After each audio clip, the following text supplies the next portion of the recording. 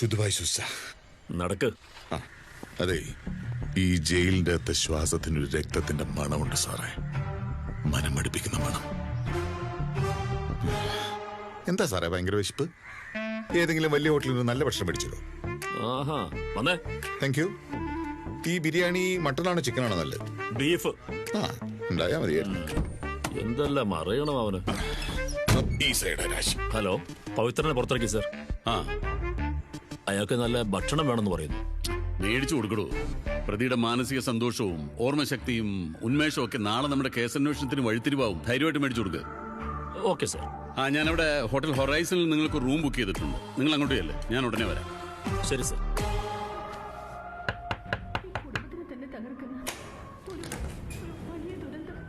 എവിടെ അവൻ? പവിത്രൻ അകത്തന്നെ സർ. വരൂ.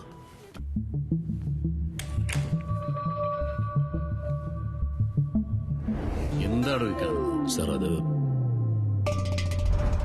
താനെന്തിനാ ഇവന് കള്ളു മേടിച്ചു കൊടുത്തത്? അല്ല സർ, പവിത്രന്റെ മാനസിക സന്തോഷവും ഉന്മേഷവും ഒക്കെ കേസ് അന്വേഷണത്തിന് ഒരു വഴിത്തിരിവാവും സർ.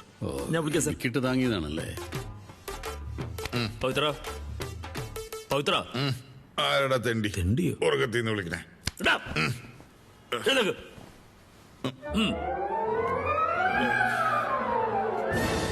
സാറ്. അയ്യോ, പാപ്പാനായിരുന്നോ? ഒരു മിനിറ്റ് പിടിക്കാം. സാറെന്താ ആടുന്ന്? ഫിറ്റാണോ? ഇല്ല, ബ്യൂട്ടിഫുൾ ആയിട്ട് പെരുമാറിക്കോളാം. മര്യാദയ്ക്ക് കൂടെ നിന്നാ നിനക്ക് കൊള്ളാം. അതെ, അല്ലെങ്കിൽ നിന്നെ കൊലയാളിയാക്കിയിട്ട് ഞാൻ ഈ കേസ് ക്ലോസ് ചെയ്യും. ഞാൻ ഡീസന്റായി. രഹസ്യ സ്വഭാവത്തിലായിരിക്കും നമ്മൾ ഈ കേസിന്റെ അന്വേഷണം മുന്നോട്ട് കൊണ്ടുപോകുന്നത്. അത് വേണം. ആനന്ദപുരത്തുള്ള എന്റെ വൈഫ് ഹൗസിലായിരിക്കും നീ താമസിക്കുക. അതും എന്റെ ഉറ്റ സുഹൃത്തായിട്ട്. Very good. അപ്പൊ ആ അന്തസ് കാണിക്കണം. മറ്റാരും ഒന്നും അറിയാൻ പാടില്ല. ഇല്ല. ഈ വേഷമൊക്കെ ഒന്ന് മാറ്റണം. അതായത് റിച്ച് ആവണം. റിച്ച് ആവണം. റിച്ച് ആക്കണം. ഇതല്ലേ? തരാം. താങ്കൊന്ന് സർ. അപ്പൊ താനായിരിക്കും പവിത്രന്റെ ഡ്രൈവർ. അല്ല, സാറെന്നെ മുതലാളിന്ന് വിളിക്കണം. ഓവറാക്കല്ലേ? ഇല്ല. അപ്പൊ എല്ലാം പറഞ്ഞ പോലെ. അപ്പൊ നമുക്ക് 2 ദിവസം കഴിയുമ്പോ പാർക്കിൽ തറവാട്ടിൽ വെച്ച് കാണാം. ബ്യൂട്ടിഫുൾ. വേണ്ട സർ. ബ്യൂട്ടിഫുൾ. അതും വേണ്ട.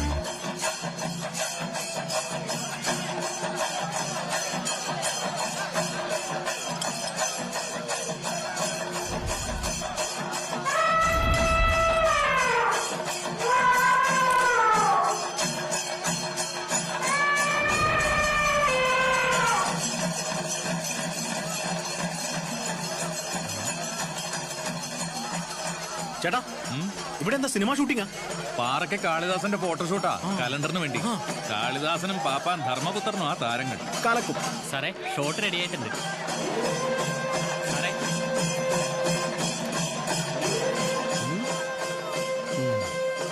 എന്താ ഷോട്ട്? സാറിങ്ങനെ ആനയുടെ കൊമ്പിൽ ഇങ്ങനെ പിടിച്ചേക്കുന്ന സീൻ പാപ്പാനായിട്ട്. അതൊക്കെ ഞാൻ ഒരുപാട് ചെയ്തിട്ടുള്ളൂ. അതിലെന്താ പുതുമയുള്ളൂ? എടോ, ഈ ആനയോളം ഫാൻസ് ഉള്ള ഒരാളാണ് ഞാൻ. എനിക്ക് എന്റെ ഫാൻസിനെ തൃപ്തിപ്പെടുത്തണ്ടേ? ഞാൻ ഒരു ഐഡിയ പറ സാറേ. അതായത് ബാഹുബലിയിലെ പ്രഭാസിന്റെ ഇൻട്രൊഡക്ഷൻ പോലെ ഒരു കാല് ആനയുടെ തുമ്പിക്കൈയിൽ എടുത്തു വെച്ച്, മറ്റേ കാല് ആനയുടെ മസ്തകത്തിൽ എടുത്തു വെച്ച് ഒരു ഫോട്ടോ. മതി. ആരാ സാറേ പ്രഭാസായിട്ട് അഭിനയിക്കുന്നേ? ഞാൻ തന്നെ. ആനയടഞ്ഞാലോ? എടോ, ഈ ആനയുടെ 1-ാം പാപ്പാനാണ് ഈ ധർമ്മപുത്രൻ. ഞാൻ തുറപ്പിച്ചൊന്നും നോക്കിയാലുണ്ടല്ലോ, ഒറ്റയടിക്ക് നിന്ന് മുള്ളേം ചെയ്യും, ഒപ്പം പിണ്ടോ വീഴും.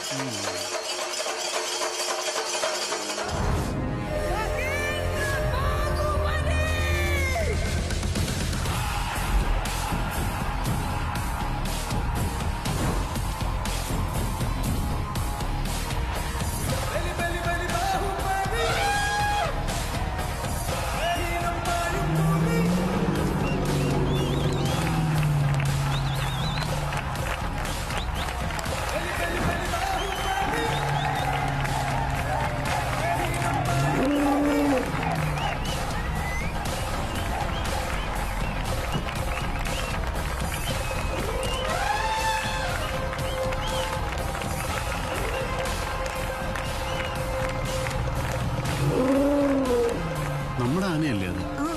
ആനപ്പുറത്ത് ഏതാണ് ഒരു കുഴിയാന? അയാൾക്കില്ല കണ്ണി തോട്ടിട്ട് വലിക്കും ഞാൻ.